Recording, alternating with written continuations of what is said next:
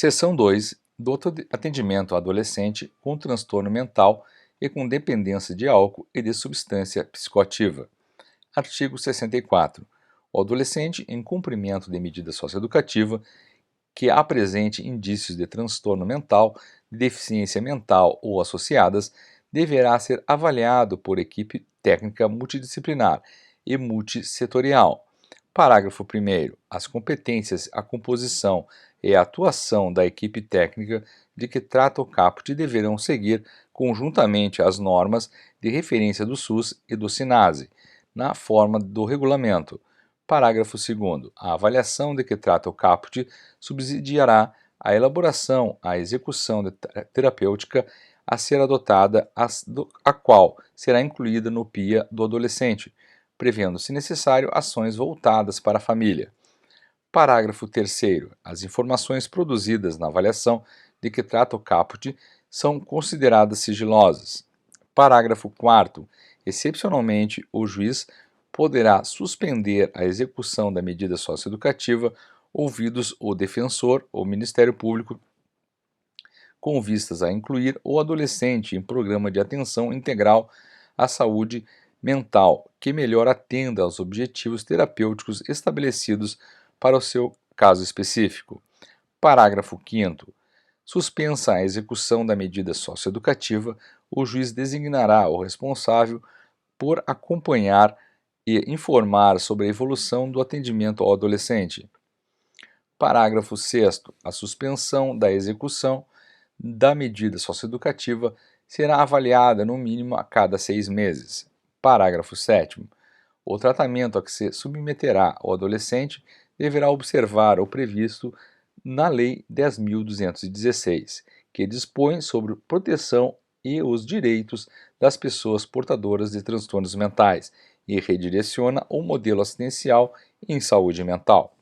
Artigo 65.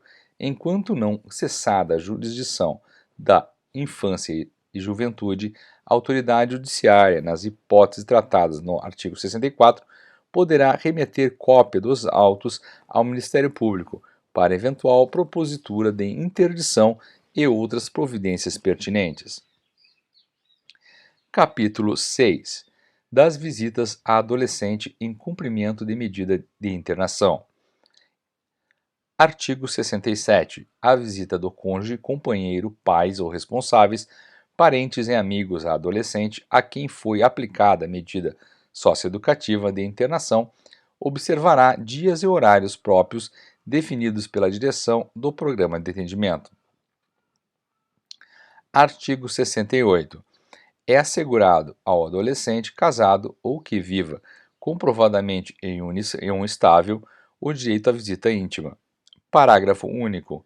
O visitante será identificado e registrado pela direção do programa de atendimento, que emitirá documento de identificação pessoal e intransferível específico para a realização de visita íntima. Artigo 69. É garantido aos adolescentes, em cumprimento de medida socioeducativa de internação, o direito de receber visita dos filhos, independentemente da idade desses. Artigo 70. O regulamento interno estabelecerá as hipóteses de proibição da entrada de objetos na unidade de internação, vedando o acesso aos seus portadores. Capítulo 7. Dos regimes disciplinares. Artigo 71. Todas as entidades de atendimento socioeducativo deverão, em seus respectivos regimentos, realizar a previsão de regime disciplinar que obedeça aos seguintes princípios. Inciso 1. Tipificação explícita das infrações como leves, médias e graves e determinação das correspondentes sanções. Inciso 2. Exigência de instauração formal de processo disciplinar para aplicação de qualquer sanção, garantidos a ampla defesa e o contraditório. Inciso 3. Obrigatoriedade de audiência do socioeducando nos casos em que seja necessária a instauração de processo disciplinar.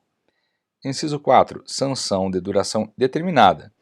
Inciso 5. Enumeração das causas e circunstâncias que eximam, atenuem ou agravem a sanção a ser imposta ao sócio-educando, bem como os requisitos para a extinção dessa. Inciso 6. Enumeração explícita das garantias de defesa. Inciso 7.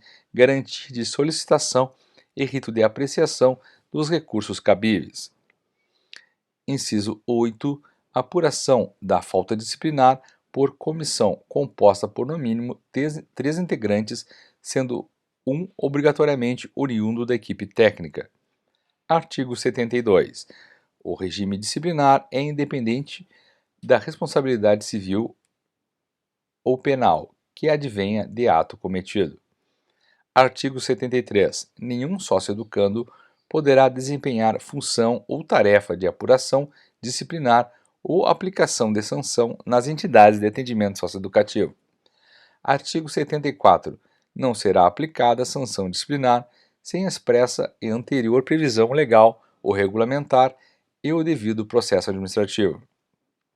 Artigo 75. Não será aplicada sanção disciplinar ao sócio-educando que tenha praticado a falta, inciso 1, por coação irresistível ou por motivo de força maior, inciso 2, em legítima defesa, própria ou de outrem. Capítulo 8. Da capacitação para o trabalho. Artigo 76. O artigo 2º do Decreto-Lei 4.048, de 22 de janeiro de 1942, passa a vigorar acrescido do seguinte parágrafo 1º, renumerando-se o atual parágrafo único para o parágrafo 2º. Artigo 2º. Parágrafo 1º. As escolas do SENAI deverão ofertar vagas aos usuários do Sistema Nacional de Atendimento Socioeducativo, SINASE, nas condições a serem dispostas em instrumentos de cooperação celebrados entre os operadores do SINAI e os gestores dos sistemas de atendimento socioeducativo locais. Artigo 79.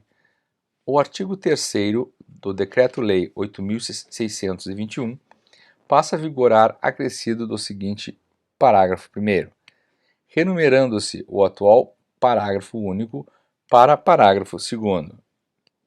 Artigo 3º. Parágrafo 1º.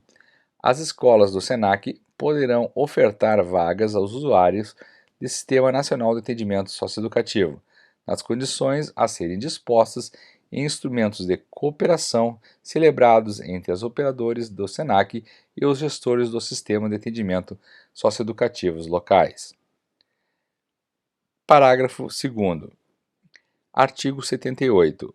O artigo 1º da Lei 8.315 passa a vigorar acrescido do seguinte parágrafo único. Artigo 1º, parágrafo único. Os programas de formação profissional rural do SENAR poderão ofertar vagas aos usuários do Sistema Nacional de Atendimento Socioeducativo, SINASE, nas condições a serem dispostas em instrumento de cooperação celebrados entre os operadores do SENAR e os gestores dos sistemas de atendimento socioeducativo locais. Artigo 79. O artigo 3º da Lei 8.716 passa a vigorar acrescido do seguinte parágrafo único. Artigo 3º. Parágrafo único. Os programas de formação profissional do SENAT poderão ofertar vagas aos usuários do Sistema Nacional de Atendimento Socioeducativo, SINASE, nas condições a serem dispostas em instrumentos de cooperação celebrados entre os operadores do SENAT e os gestores dos sistemas de atendimento socioeducativo locais. Artigo 80. O artigo 429 do Decreto-Lei 5.452 passa a vigorar acrescido do seguinte parágrafo 2º. Artigo 429, parágrafo 2º.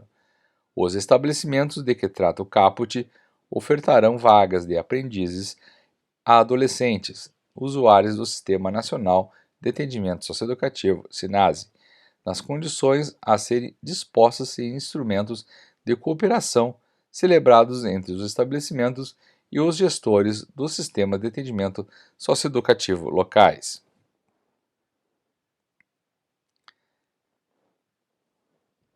Título 3. Disposições finais e transitórias.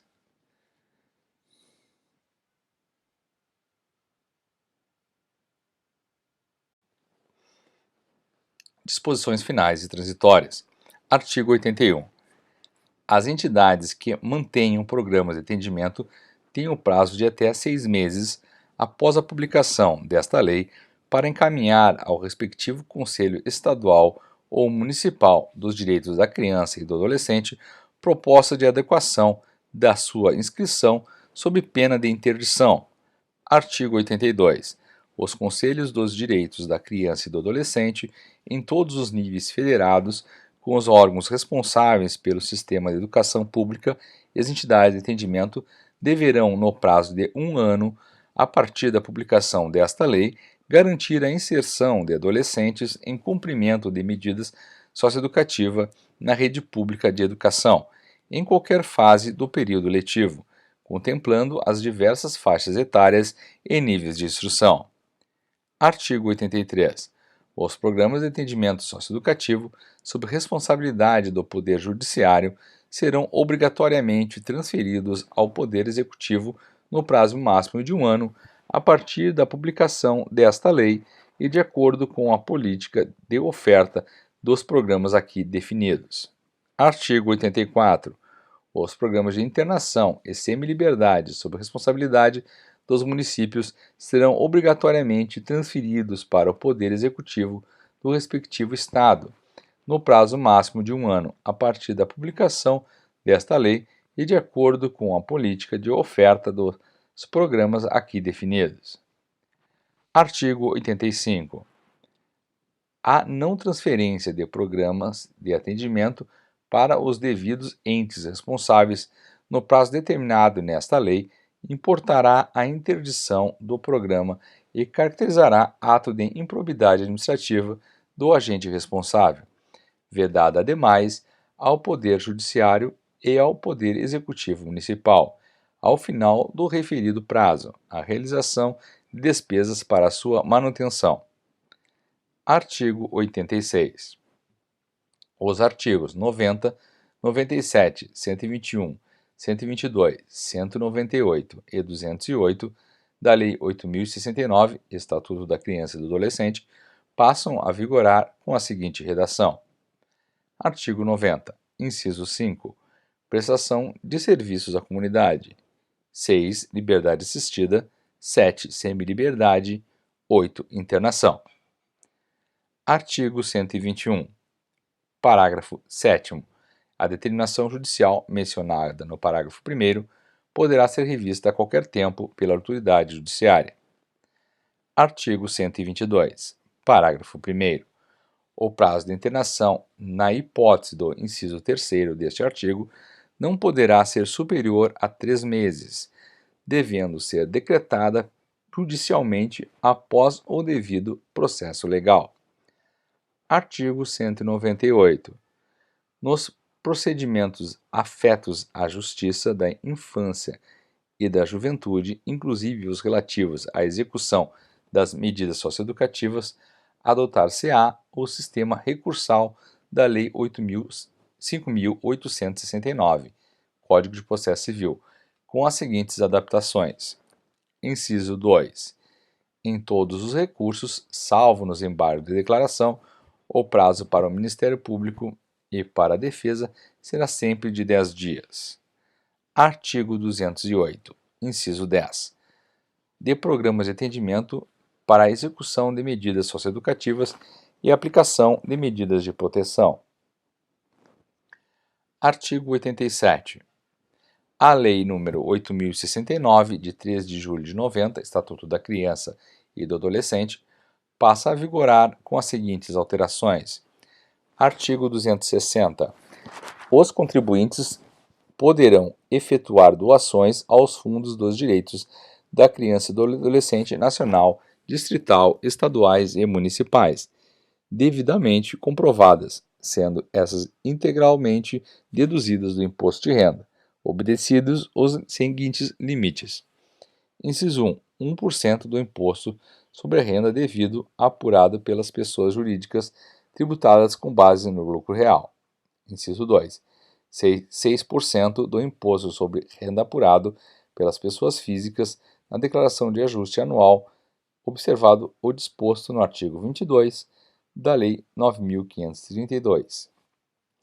Parágrafo 5. Observado o disposto no parágrafo 4º do artigo 3º da Lei 9.249, a dedução de que trata o inciso 1 do caput 1. Será considerada isoladamente, não se submetendo a limite em conjunto com outras deduções do imposto. Inciso 2. Não poderá ser computada como despesa operacional na apuração do lucro real. Artigo 260-A.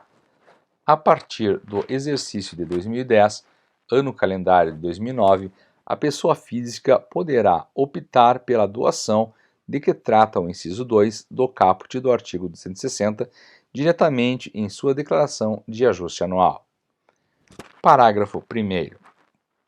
A doação de que trata o caput poderá ser deduzida até os seguintes percentuais, aplicados sobre o imposto apurado na declaração. Inciso 3. 3% a partir do exercício de 2012. Parágrafo 2º. A dedução de que trata o caput. Inciso 1. Está sujeita ao limite de 6% do imposto sobre a renda apurada na declaração de que trata o inciso 2 do caput do artigo 260. Inciso 2. Não se aplica à pessoa física que, alínea A, utilizar o desconto simplificado. B. Apresentar declaração em formulário. C. Entregar a declaração fora do prazo. Inciso 3. Só se aplica às doações em espécie. 4. Não exclui ou reduz outros benefícios ou deduções em vigor. Parágrafo 3º. O pagamento da doação deve ser efetuado até a data do vencimento da primeira cota ou cota única do imposto, observadas instruções específicas da Secretaria da Receita Federal do Brasil. Parágrafo 4º. O não pagamento da doação no prazo estabelecido no parágrafo 3º implica a glosa definitiva desta parcela de dedução, ficando a pessoa física obrigada ao recolhimento das diferenças de imposto devido apurado na declaração de ajuste anual, com os acréscimos legais previstos na legislação. Parágrafo 5º. A pessoa física poderá deduzir do imposto apurado na declaração de ajuste anual as doações feitas no respectivo ano calendário aos fundos controlados pelos Conselhos dos Direitos da Criança e do Adolescente municipais, distrital, estaduais e nacional, concomitantemente com a opção de que trata o caput, respeitado o limite previsto no inciso 2 do artigo 260. Artigo 260-B. A doação de que trata o inciso 1 do artigo 260 poderá ser deduzida. Inciso 1. Do imposto devido no trimestre, para as pessoas jurídicas que apuram o imposto trimestralmente. 2. Do imposto devido mensalmente e no ajuste anual, para as pessoas jurídicas que apuram o imposto anualmente. Parágrafo único. A doação deverá ser efetuada dentro do período a que se refere a apuração do imposto. Artigo 260-C. As doações de que trata o artigo 260 desta lei podem ser efetuadas em espécie ou em bens. Parágrafo único. As doações efetuadas em espécie devem ser depositadas em conta específica em instituição financeira pública vinculadas aos respectivos fundos de que trata o artigo 260. Artigo 260-D.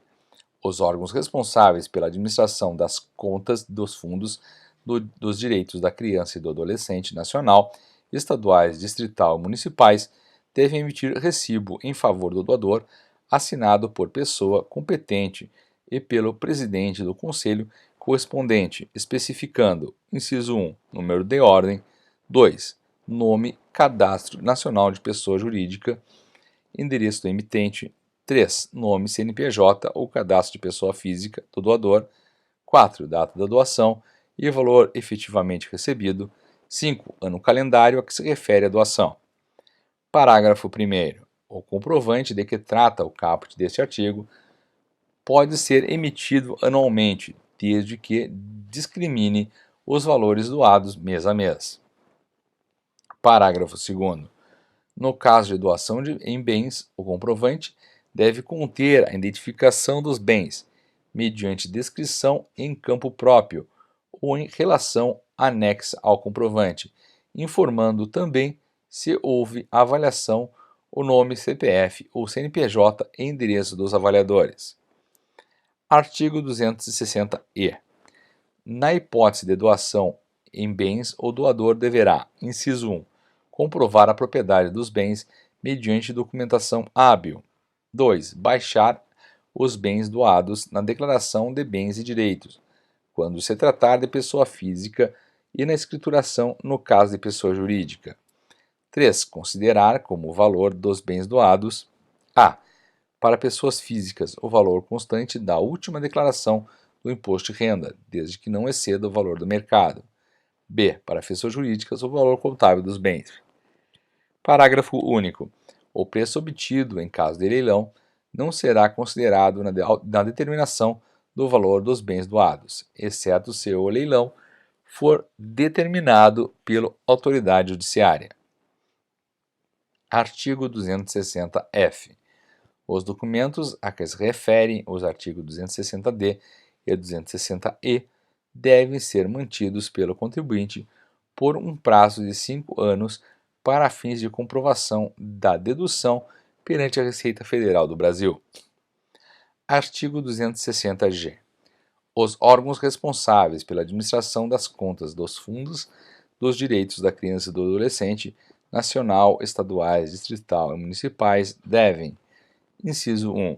Manter conta bancária específica, destinada exclusivamente a gerir os recursos do fundo. 2. Manter controle das doações recebidas. E 3. Informar anualmente a Secretaria da Receita Federal do Brasil as doações recebidas mês a mês, identificando os seguintes dados do doador. A linha A. O nome, CNPJ ou CPF. B. Valor doado, especificando se a doação foi em espécie ou em bens. Artigo 260-H. Em caso de descumprimento das obrigações previstas no artigo 260-G, a Secretaria da Receita Federal do Brasil dará conhecimento do fato ao Ministério Público. Artigo 260-I. Os Conselhos dos Direitos da Criança e do Adolescente, nacional, estaduais, distrital e municipais, divulgarão amplamente à comunidade. Inciso 1. O calendário de suas reuniões. 2. As ações prioritárias para a aplicação das políticas de atendimento à criança e ao adolescente. 3. Os requisitos para a apresentação de projetos a serem beneficiados com recursos dos fundos de direitos da criança e do adolescente nacional, estaduais, distrital ou municipais. 4. A relação dos projetos aprovados em cada ano calendário e o valor dos recursos previstos para implementação das ações por projeto. Inciso 5. O total dos recursos recebidos e respectiva destinação por projeto atendido, inclusive com cadastramento na base de dados do Sistema de Informações sobre a Infância e Adolescência. 6. A avaliação dos resultados dos projetos beneficiados com recursos dos fundos de direitos da criança e adolescente nacional, estaduais, distrital e municipais. Artigo 260-J. O Ministério Público determinará em cada comarca a forma de fiscalização da aplicação dos incentivos fiscais referidos ao artigo 260 desta lei. Parágrafo único. O descumprimento do disposto nos artigos 260-G e 260-I sujeitará os infratores a responder por ação judicial proposta pelo Ministério Público, que poderá atuar de ofício a requerimento ou representação de qualquer cidadão. Artigo 260-K. A Secretaria de Direitos Humanos da Presidência da República encaminhará à Secretaria da Receita Federal do Brasil, até 31 de outubro de cada ano, arquivo eletrônico contendo a relação atualizada dos fundos dos direitos da criança e do adolescente nacional, distrital, estadual e municipais, com a indicação dos respectivos números de inscrição do CNPJ e das contas bancárias específicas mantidas em instituições financeiras públicas, destinadas exclusivamente a gerir os recursos do fundo. Artigo 260-L. A Secretaria da Receita Federal do Brasil expedirá as instruções necessárias à aplicação do disposto nos artigos 260 a 260-K. Artigo 88. O parágrafo único do artigo 3º da Lei 12.213 passa a vigorar com a seguinte redação. Artigo 3º, parágrafo único. A dedução a que se refere o caput deste artigo não poderá ultrapassar 1% do imposto devido. Artigo 90. Esta lei entra em vigor após decorridos 90 dias de sua publicação.